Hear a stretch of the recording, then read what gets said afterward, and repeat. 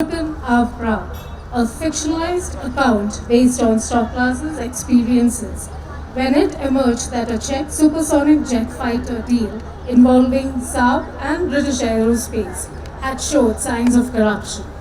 His book, Steve Larsson's Archive, translated in English as The Man Who Played with Fire, Steve Larsson's Lost Files and The Hunt for an Assassin, is in which Stocklassa investigates the assassination of Olof Palme, which was published in 2018. The theories presented in the book are based on crime writer Steve Larsson's research into the Swedish far right and its possible connections to the assassination. Jan Stocklassa is a former Swedish diplomat and businessman. He served as a Swedish commercial counselor for the Swedish Trade Council. We're very happy to have you here. Mr. Kulpreet Yadav and Ms. Kanchana, Mr. Arjun need no formal introduction as they've already shared the stage. So I would ask Mr. Arjun to take over the stage. Different writers on stage with us. Of course, Kulpreet, as she said, needs no introduction. In particular, we're going to talk about Queens of Crime, which, before we talk about that, Kulpreet, of course, has written everything you can think of. There's romance novels, there's spy thrillers, but Queens of Crime is the latest book. It's true crime. It's a very engaging chronicle of some of India's most dangerous women. And obviously, as you can see, he's survived writing this book, which means he's exceptional. Jan, as we've heard about all his many accomplishments, but I've had the pleasure of reading his book recently, and it's an exceptionally well written and wonderfully researched piece of writing.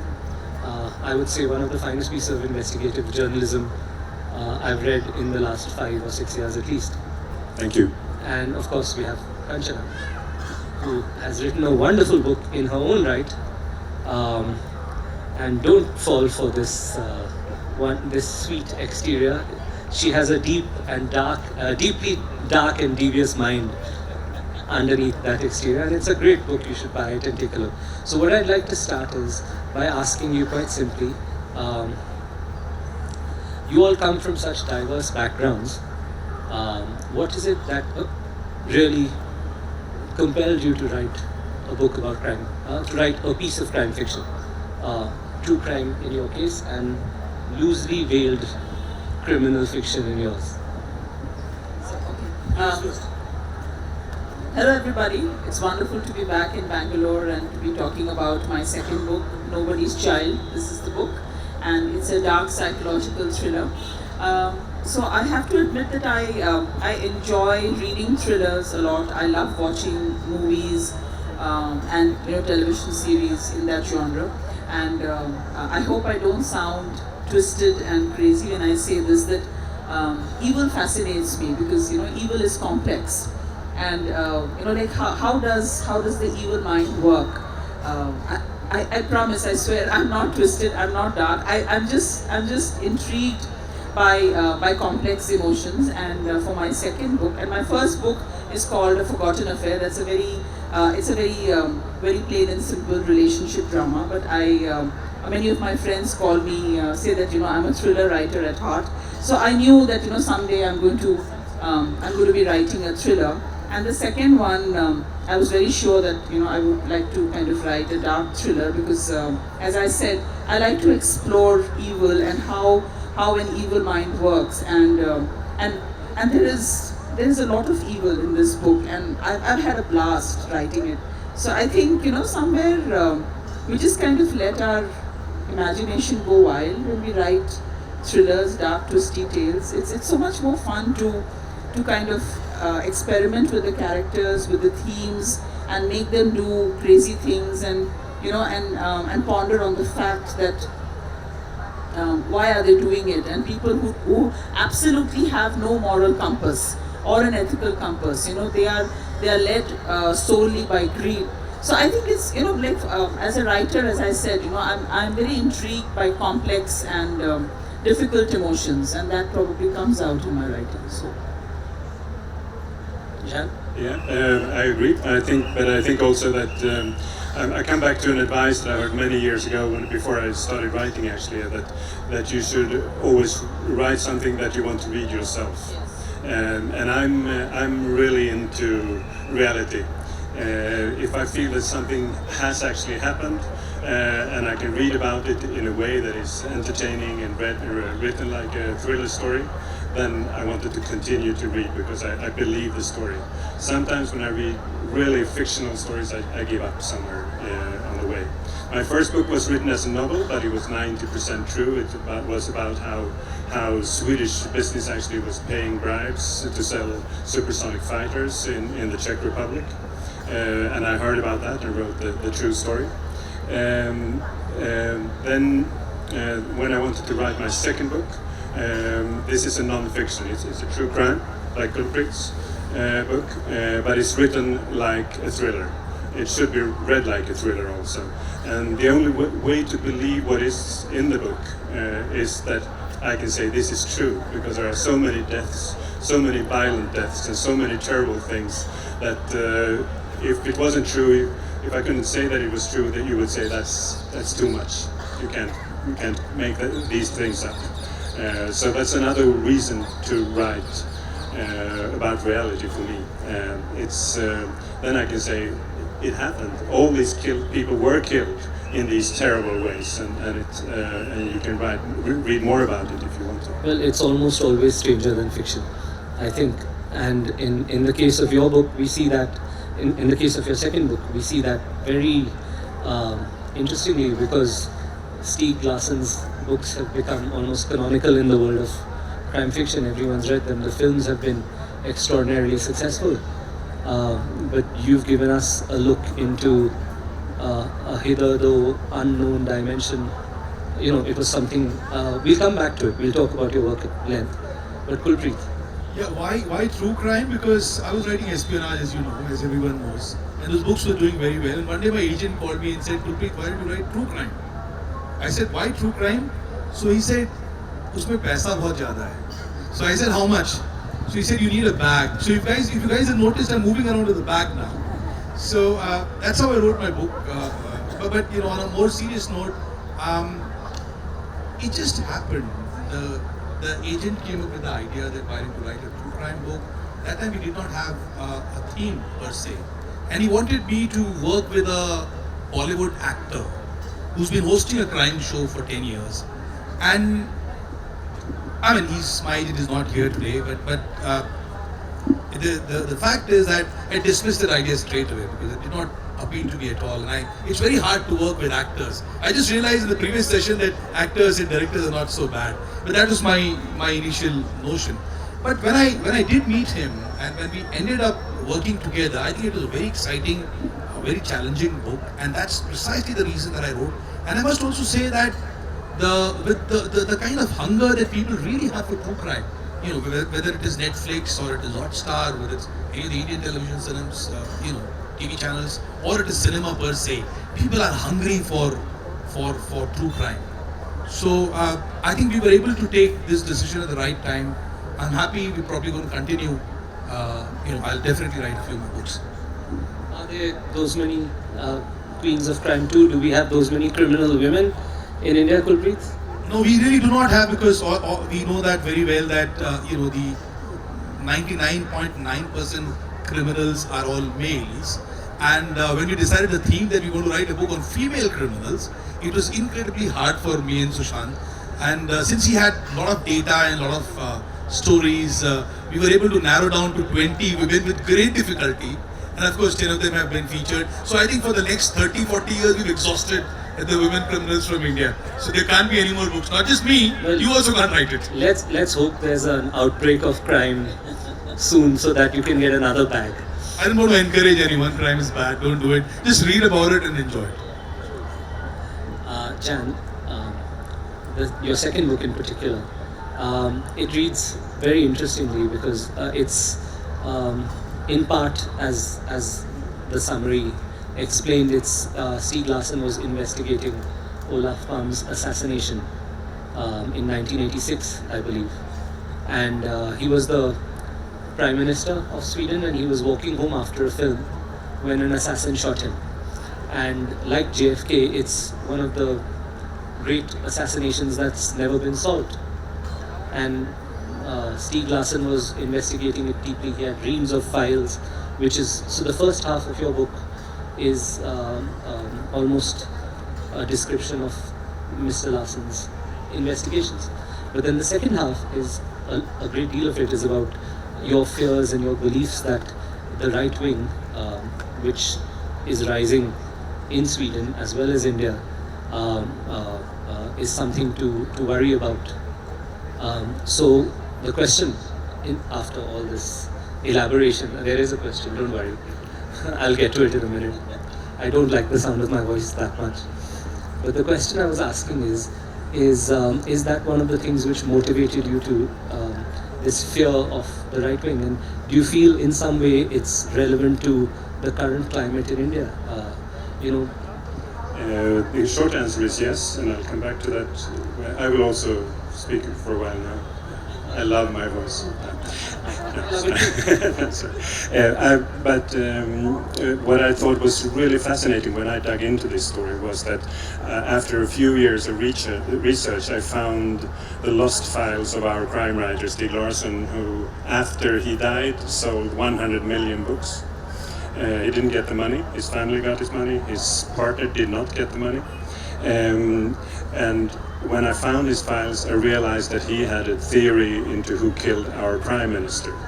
And another fascinating part of that is actually that in the funeral, where all the statesmen from all the world came, including Rajiv Gandhi, that was when Rajiv Gandhi said, "We will buy Swedish cannons from Bofors."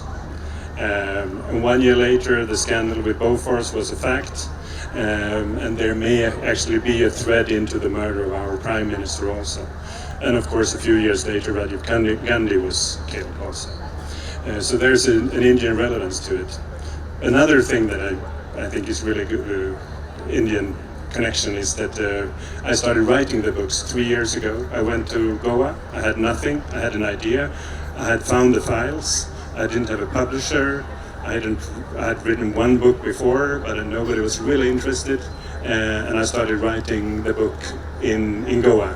And when I came home, I managed to sell it to an agent, who sold it to a publisher, who sold it to another publisher, and they sold it. So in the end, they sold it to 27 languages. So thank you, India, for that. I'm very happy. And that's why I came back to write the next book. In the same chair in the same hotel. I can tell you which hotel if you pay a few rupees to me. Kulpreet, take out your bag. My bag has been taken away by someone. Probably just get it back. Who's got my bag? Please bring it back.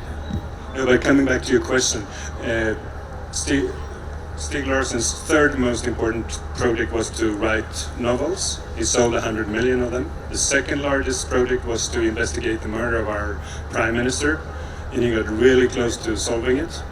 And I helped him doing that, and that's the story and The Man Who Played with Fire. But his most important project was actually to fight extremism, right-wing extremism. And that was what he was doing since he was a teenager until the day he died when he was 50 years old. And he was warning against the development that is happening in Sweden, in Europe, in India, in the US, actually how populists are actually growing, and how the extremism, right-wing extremism, especially in nationalism, is growing. And that was his biggest fight, and that's what I also try to describe in the book, because it's an extremely important message when it comes to how to defend democracy and how to build a well-working society. Kanchana. Most of us who have had the pleasure of conversing with you and who know you are aware that there is a true crime element to Nobody's Child. You based it on a very famous parts of it, in particular one, your chief antagonist is based on a true crime incident. Would you like to tell us a little about that? So the main antagonist or the main villain in this book, Nobody's Child, is a woman, and her name is Kamini Pratap. And if you read the book, you'll realize that she's quite like a certain lady. I don't want to take her name, but you'll know who she is the moment I talk about her. Please take her name. No, I don't want to take Take her her name. No, it's okay. You take her name. It's Indrani Mukherjee. Okay, so I was very intrigued by her character and by the articles written about her and the fact that she was responsible, in her daughter's death, sitting in the rear seat of a car while her daughter was being strangled and murdered in the front seat. So I was very of course, as a woman, as a mother, I have a 21-year-old son. It kind of troubled me a lot that how can a woman go through something like this. And so like her character stayed in my head, and when I was writing Nobody's Child, I wanted to base Kamini's character on her. Though there are a lot of other influences, a lot of other things, a lot of other characteristics in Kamini which have nothing to do with Indrani Mukherjee, because I don't know her personally.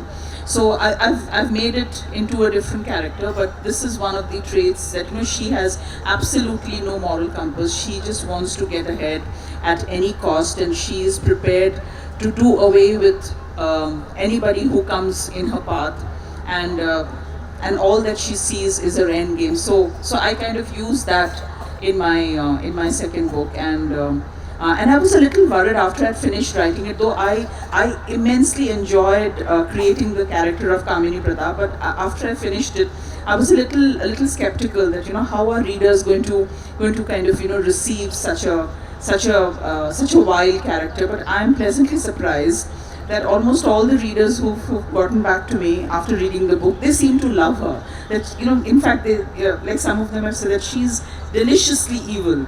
So I guess I'm not the only one who likes evil. There are many other people out there who also enjoy and love evil as much as I do. So yeah, she is deliciously evil, as they call her.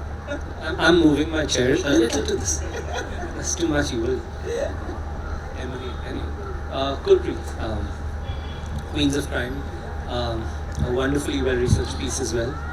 Are there, out of the 10, was it 10 in the end that you shortlisted? Yeah, that's right. So which of them was your favorite, and which was the one that horrified you the most? If you had to. All of them actually horrified me to the core. And in fact, those of you who are planning to read Queens of Crime, my recommendation to you is that please don't read it at night.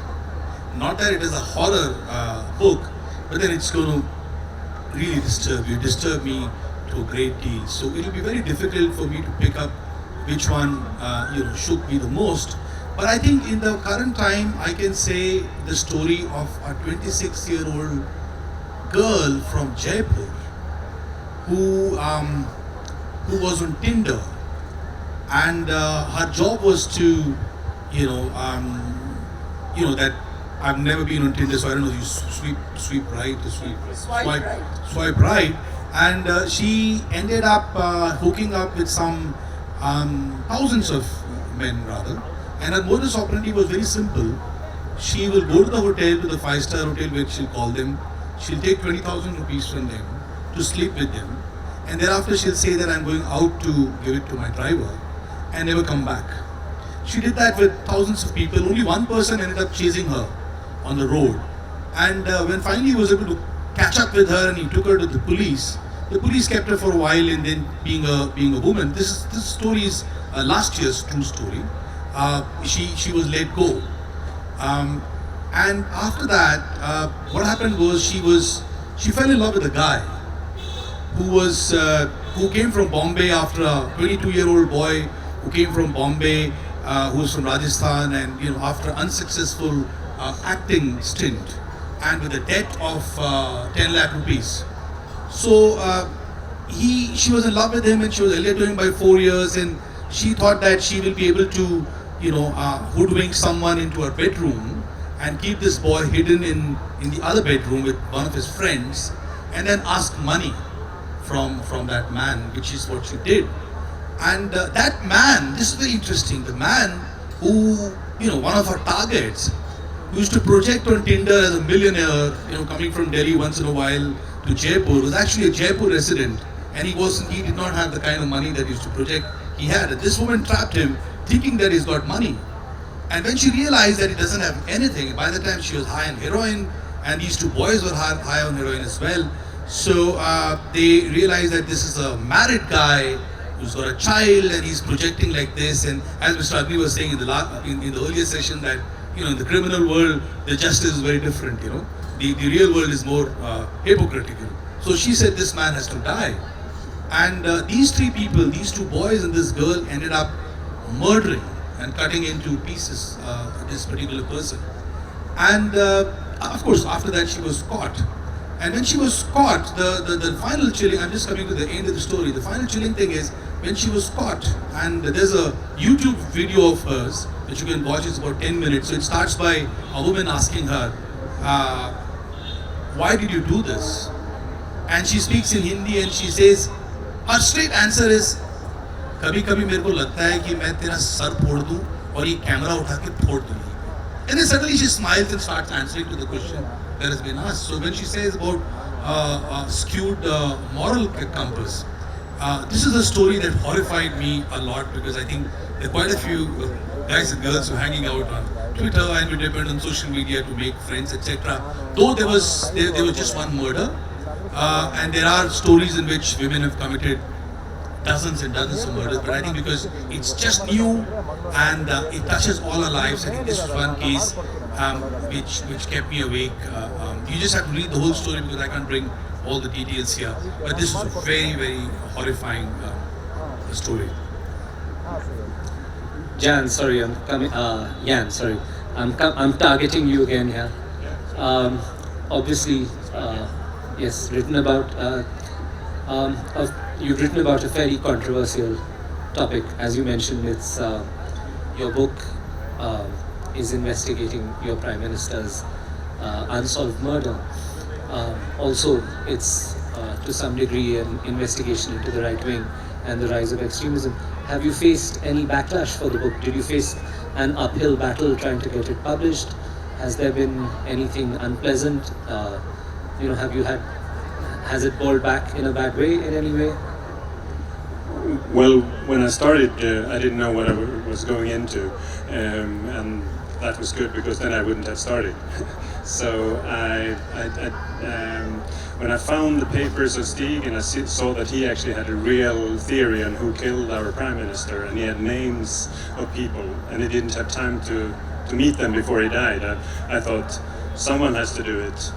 I have to do it. So I started meeting these murderers actually, and they are proven murderers, several of them.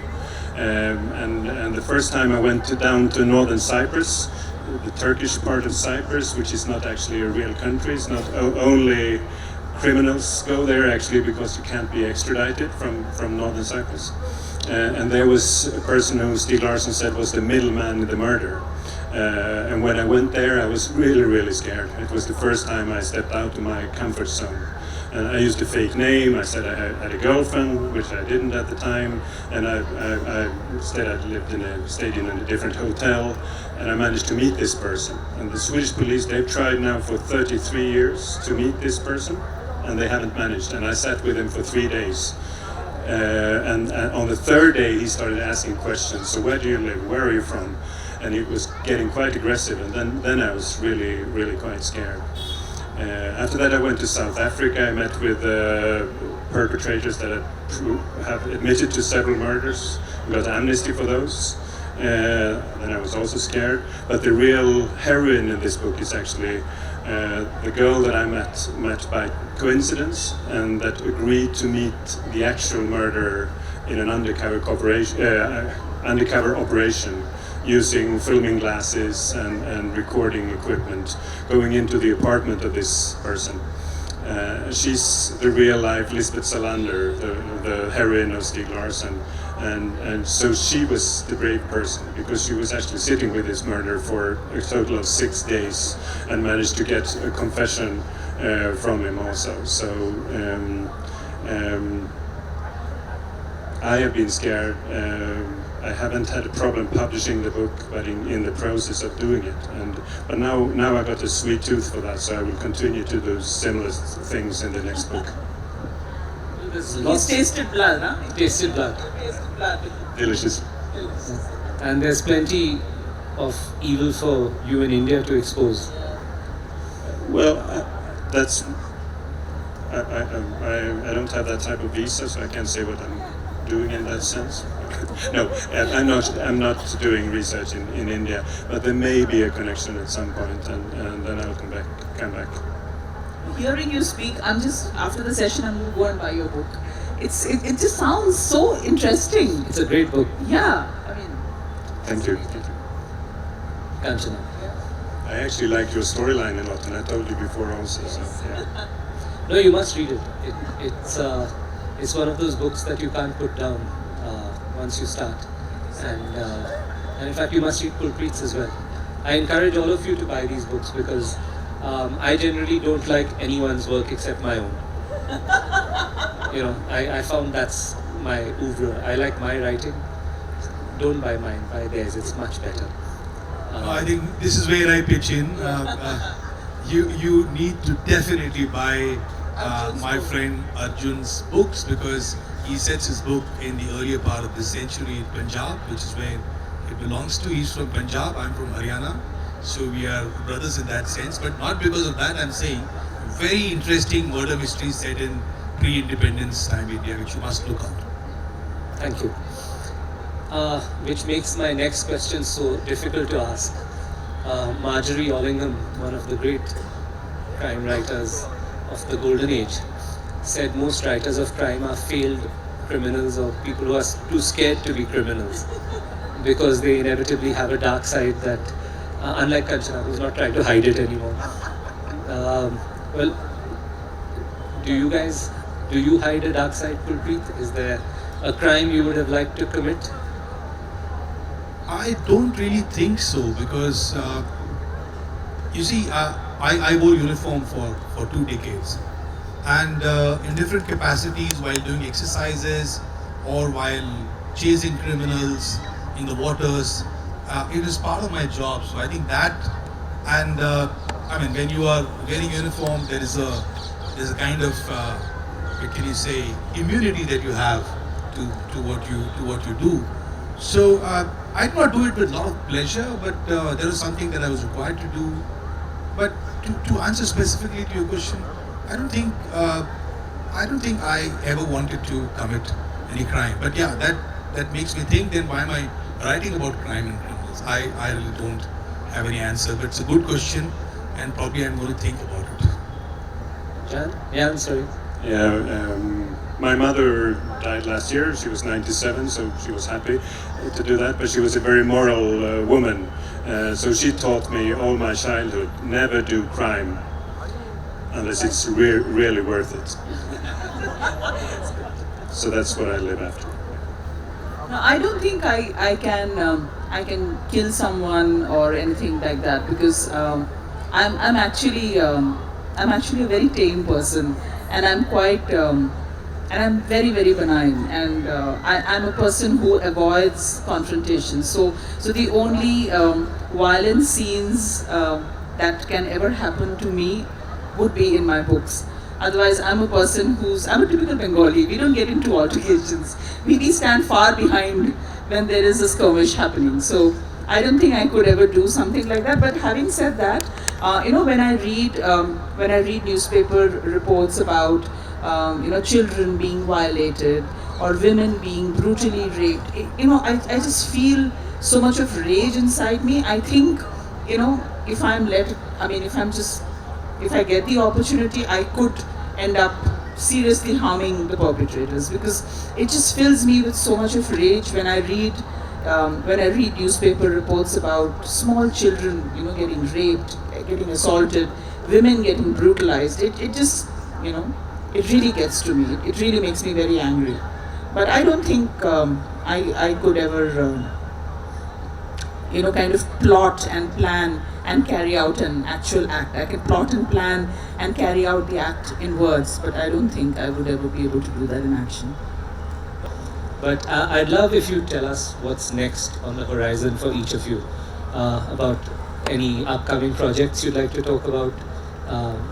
Are we going to see more from this book that you've come back to India to write? Can you tell us about that a little, perhaps? Well, yes, I can, if you promise not to tell anybody outside this group of people. When I was doing this, I found a few papers on another murder, actually, another dead person who was a close associate of our Prime Minister, Olof Palme. And he's called Bernd Carlson, and he was working for the UN as a commissioner for Namibia. Namibia, that was under South African rule, but was just about to be independent, and he managed to make it independent. And on the 21st of December 1988, he was going to fly from London to New York to sign the independence of Namibia together with the South Africans at the UN headquarters in New York. And he got on the plane and he was blown up over Lockerbie, the Pan Am 103. I'm convinced that he was not supposed to be on that plane. He had another ticket booked, but he was lured on to that plane through a meeting with a private company that gained something from it, and there are political connections to it also, and that's the continuation, and it's sort of the same mechanisms, some of the same people, and the same time period as the murder of our Prime Minister. Kulpreet? So I've just finished doing research for another true crime book, but this time it is about solved crime cases by the police. So once again, 10 stories where you know that in India we've got the worst police come citizen ratio, and the policemen are also not paid adequately, and they end up doing a lot of job. There's also, of course, because of these things, a lot of corruption, and in the recent time the police have been painted in a way that all of us know. But still, I would like to say that there are policemen who are honest, and even if they're not completely honest, they've used their minds and resources to instead of just whiling away their time, to kind of apply their mind and resources and crack cases which are very, very sensational and interesting. So I've been able to take out about 10 stories. So the research is done. That book is going to come out about police heroes. I also have started researching for one of the battles that Indian Army fought in 1961 near Leh against the Chinese troops. That was the only battle where, though we lost the war, but some 200 odd people, and quite a few of them actually from my ancestral village in Haryana. And that's why I've always felt very emotionally about this particular war. They ended up holding on to the Chinese, not being able to take over the Leh airport, and all of them, the entire company perished, and they perished in November, standing in the snow where they were. And since the war was lost, so till February, Indian Army did not go there. And in February, when the snow started melting and when they went there, they saw these people still standing there, frozen. It's such a, and in this, every house that I go to in my village in Haryana, there's one family member who was there in that particular thing. So this has been on the cards for a very long time. I just started doing research on this non-fiction book. I want to bring this story for the knowledge of all Indians, that we had this valiant, the soldiers who fought this war. So these two books is what I'm looking at in the future, in this year. So my next one is also a thriller, and I'm very fascinated by cold cases, criminal cases that have not been solved. In fact, in my free time, I just kind of browse through, find out some cold. So I have this diary where I note down all these cold cases which have not been solved. We have to steal that diary. I'm actually terrified of this diary. And so my next one is not exactly a cold case, but it's I don't want to give away too much because I'm still plotting and researching it. So this is inspired by an incident that happened in the US in 1970s. It's one of the very famous mass suicides which happened in a cult which was started by a man called Jim Jones, People's Temple, yeah. So Jonestown. So my next story is of course not set in 1970. So what I do is that I find out these interesting cases from India and from world over, and then I kind of build a story around it. I treat these cases as an inspiration, and then I build my story. So my third thriller would be kind of loosely based on that incident. There are a lot of things out of it, and about 2 years ago, I had gone to this beautiful place in Rajasthan called Shekhawati. So Shekhawati, the region is called Shekhawati. We had gone to this place called Mandava, and so Shekhawati is known for these beautiful havelis which the Marwari business families built in 17th and 18th century, when Shekhawati region was the commercial and business hub before Kolkata and Bombay became the nerve centers for business and commerce. So these huge havelis, they have been abandoned by these Marwari families. Just kind of, they've just left them to the natural elements and moved away. Some of the families come back once or twice a year during Diwali or Holi to kind of just be there. So some of the houses are in a very, very bad state of neglect, crumbling down. So when I had seen one of these broken down havelis, it just stayed in my mind. So I just kind of get inspired by different things that I see, I observe, and something just sticks in my head, and I loop it together in a story and use that. So Shekhawati and that incident in America, the cult suicide in America, they're going to feature in my next thriller. Yeah, just a small point. If you happen to go Rajasthan, you say you go to any village in Haryana, you go to any village in Punjab, come to my village in Haryana, very close to Gurgaon, I can take you there. You'll find at least 50 havelis in every village abandoned. Am I right? Yeah, absolutely. And my family has stolen horses from all those villages. I can assure you of that. So someone, while you're looking at her, are you looking at her for a very long time? Yeah, someone showed the time that it is 15 minutes remaining. Just for a So minute. I will open up for questions in a minute. I just have one last question I'd like to ask you, Jan, and you, Kulpreet, which actually Kanchana segued us into wonderfully. Where do you draw the line between fact and fiction? There's inevitable.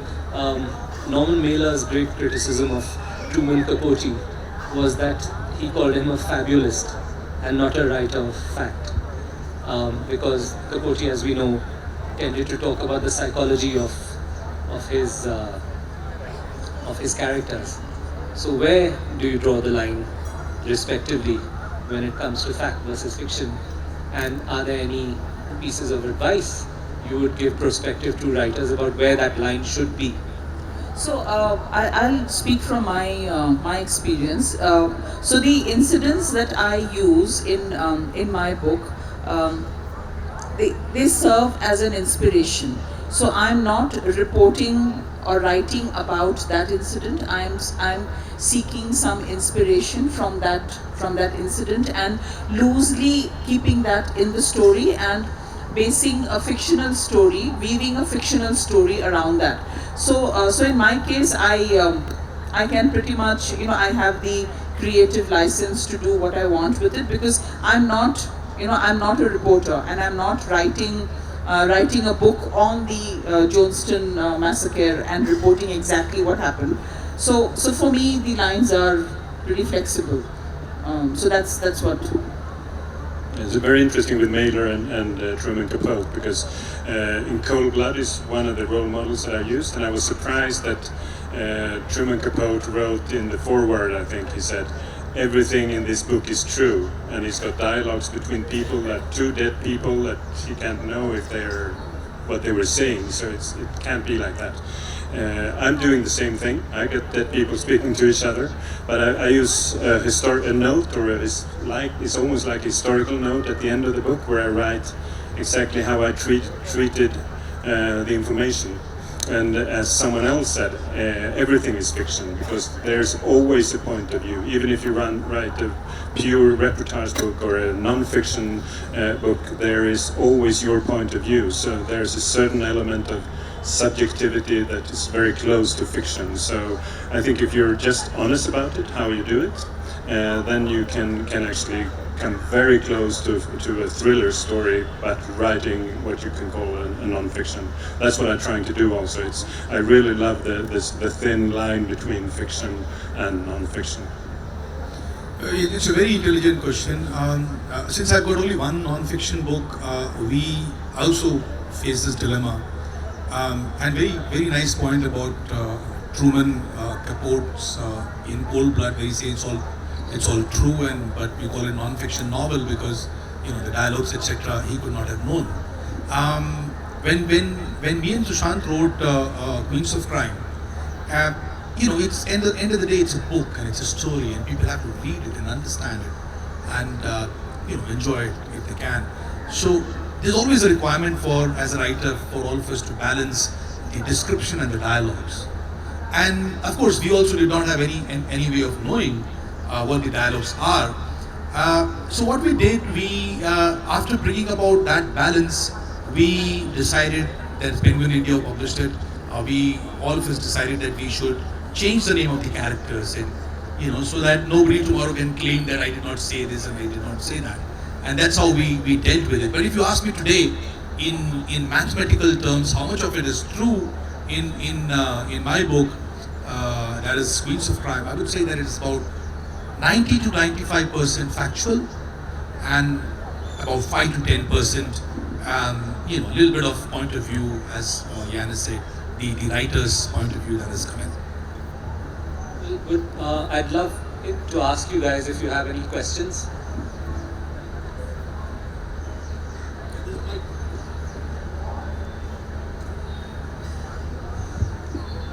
Yeah, I have a question to you. You said that you are conducting research on the 1961 war between India and China. Do you know there's a story going around all over the world that it was India which pulled the trigger first against China? Do you know that? India was the one who started the war? Yeah. Well, it's a debatable issue. There are multiple points of view on this. Okay. 1 year later, I was in New York. I found a very important document, for your information. General Maxwell Taylor, at that time, 61, 62, in America, he made a statement describing this, why India attacked China. For your... Okay, thank you, sir. I'll be grateful if you can give me access to that. Oh, you don't have that, but I'll keep this in mind. 1962, 63, I'm talking. Yeah, I'll keep that in mind. Thank you. General Maxwell Taylor, you can always find out. Okay. American Maxwell Taylor. Okay, Maxwell thank you. Taylor. Thank you, So sir. in the army, and then you can easily find out. Thank you, sir. Because we always so pure in the world. Our what you call it, the good gurus are walking around and we have the largest democracy in the world, but why are we in such a condition? Well, that's a question probably will take 10 days to answer, and still we'll not have the real answer. Well, we have 4 minutes, so I think if you catch Kulpreet afterwards, you can have an impassioned conversation with him about that. And I'm sure Jan will have something to contribute to that too later. I actually have another session starting at 6 o'clock. That's a diplomat's in there, answer. if you want to continue listening. That's a diplomat's answer right there. Any other questions, please? Yeah, I have a question to Ms. Banerjee. It's on when you said about creating, you talked about having truly evil characters in your novels, right? How do you sketch that character? Like, what is the process? Okay. So it's a lot of thought and a lot of planning which goes into writing. I mean, usually people think that most writers just open their notebooks or the laptop and start writing. That's not the case. A lot of thinking, a lot of writing happens in the mind, and so I have a vague idea of how the character is going to be. And then I try to visualize. So I do a detailed character summary.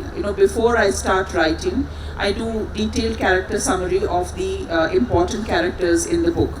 So Kamini obviously is one of the most important characters in the book. She's the principal negative character. So how she looks, is she going to be fair? Is she going to be dark? Will she have long hair? So not all of these things or the characteristics that I give to her, not all of them feature in the story. but it helps me get into the skin of the character. So I do a very detailed thinking and plotting of her nature, her behavior. Is she tall? Is she thin? Does she have a good figure? Or does she not have a good figure? Does she have good skin? What kind of food does she like? What kind of alcohol does she drink? Is she an alcoholic? Like in this book, she loves drinking whiskey. So I did a lot of research on very expensive whiskey brands, etc. So what goes with those whiskeys. So I do a lot of planning and thinking, and that's when the character becomes real for me. And then I also assign their names very carefully. So I do some research. I think so. Kamini, I mean, those of you who understand Hindi, Kamini is Kamini. So she is truly a Kamini. Pardon my language. So she is a very evil character. So and then Asavri, who's the protagonist, and she's a singer. Asavri is the name of the morning rag. It's the first morning rag that is sung. So her name is Asavri, and she's a fantastic singer. So I assign names very carefully. I have a detailed list of characteristics, their features, physical features. Sometimes it goes down to what kind of cuisine do they like, what kind of chai does she like. Like in this, in this book, there are a few places where she says that, though I've been married into a blue-blooded family where they wake up in the morning and have bitter orange juice and stuff, and they have Darjeeling first flush tea, which is just about boiled water. And I can't even, I need my adrak wali chai. So, and then the character, because, she's a woman who has come from a very poor family in Banaras. She has very, very humble, even below humble beginnings. So, I kind of put these characteristics and list them down, and that's when that's when the character becomes alive for me. Okay, I just wonder, are you an aspiring writer? Why do you ask this question? Are you an aspiring writer? Are you? Okay. So meet me after this, because I've got a creative writing training program. I'll give you a voucher, you can subscribe to a very economical program. Yeah. No, I'm talking to the person who asked. I'm so sorry, sir. I'm so sorry, sir. I would not be speaking to you that way. It is just someone that I thought would be interested to become a writer. Sorry. Do we have time for one more question? Yeah, please. There's a lady there in white t-shirt who was raising her hand. No? Okay, yeah. Yeah, sorry, it's working. I'm so sorry. So there was a movie called Madras Cafe, made in India. Yes. Did you see that? It's quite old, isn't it? It is, but then there's some connection to. Yeah, this. I think I did see it, but There's some connection to the assassination of the Prime Minister, because that was shown in this movie. So my question to you is that how do states, in your opinion, react to the truth unfolding several decades later? Because old enemies become friends among political, the global scenario I'm talking about. So how do you think they react or respond to truth unfolding later? Are they interested even? What's your opinion? It's a very good point, because enemies become friends, and suddenly things change, and people that were enemies maybe weren't enemies for real, and so there are a lot of games going on behind this, and then time changes everything. More than 3 decades, and the world is completely different. The Cold War is over, and I think it's the most comfortable solution is always just to leave it as it is. So we have an unsolved murder of a prime minister, JFK. I would agree that it's unsolved, but as long as they are unsolved, the world goes on. But if you come to the truth, which I think we have in the case of our prime minister, a lot of bad things will come out around our politicians, around how the media dealt with it, and there will be more trouble. But I think that's something you have to do. And people will be interested, because there will be a lot of really good stories to tell about this, true stories. I think, shall we have one more question? Yeah, one more question. Does anyone want to ask me questions? Am I audible? Sorry. My question is for Kanchana. I'm sorry. I have not read your book, but by what I understand from Arjun is it is loosely based on the whole episode of Indrani Mukherjee and Peter Mukherjee and the other characters. No, I need to correct you here. The story is not based on Indrani and Peter Mukherjee's. Only the character of Kamini is loosely inspired by her. Yeah, that is my question. Yeah. What is the characteristics of Indrani Mukherjee which may have given you the inspiration to No. loosely place this character there? Okay, so I mentioned this early in the session that the fact that she being a mother, she sits in the rear seat of her car while her daughter is in the front seat, and she gets she's strangled to death. And then I don't know if it's true, but that's what I read in the newspapers, that she actually drove around in the car with the dead body of her daughter right next to her, and she apparently applied a little bit of makeup on her dead daughter's face, so that if the cops stopped the car, at the checkpoints, that no one would find out that there's a dead body. So it's not her characteristic as a person, as in how she was when she was working with Star and etc. Though I heard a lot of things about that, but it's this part of her life. It's this incident of her life which stuck on, and I hope you read the book and you would understand as to how Kamini is a little like Indrani, but then the story is not about their skirmish. It's about something else. It's about a Savri. It has the backdrop of a reality TV, and there's this girl, and she's a very simple, uncomplicated girl who comes from West Bengal to Bombay to realize her dream as a singer, and she has a fantastic voice, and she has a past where she's trying to run away from, but unwittingly she kind of crosses paths with people who have evil agendas and who deceive her and play games, ugly games with her at every point. So what happens to her? So that's what the story is. Well, sadly we have to end. I'm going to end by saying thank you to all our wonderful authors for being here. And I'm going to encourage you to please go buy these wonderful books. It's your chance to have 3 wonderful books signed by 3 excellent authors, and don't miss out. And thank you all for being here. Thank you so much. Thank you for being here. And please do buy our books. We work very hard. Yeah, the signing session is when you get inside. On the left side, there is a place where authors go and sign, so you're welcome to come there after buying. We'll be there hanging around for about 15 minutes. Also, do ask Kulpreet about his soon-to-be launched film career. Film career. Next session. By the time Next movies session. come out. Thank you. Thank you all.